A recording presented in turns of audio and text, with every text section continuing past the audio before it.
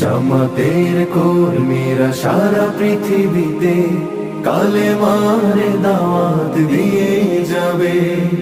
কোরআনের আলোকে সমাজ বিনির্মাণ, কোরআনের আলোকে সমাজ বিনির্মাণ, হাজার জুলুম বাধা উতরে যাবে।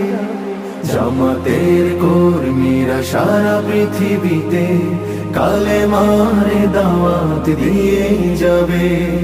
জামাতের কর্মীরা সারা পৃথিবীতে কালেমার দাওয়াত দিয়ে যাবে।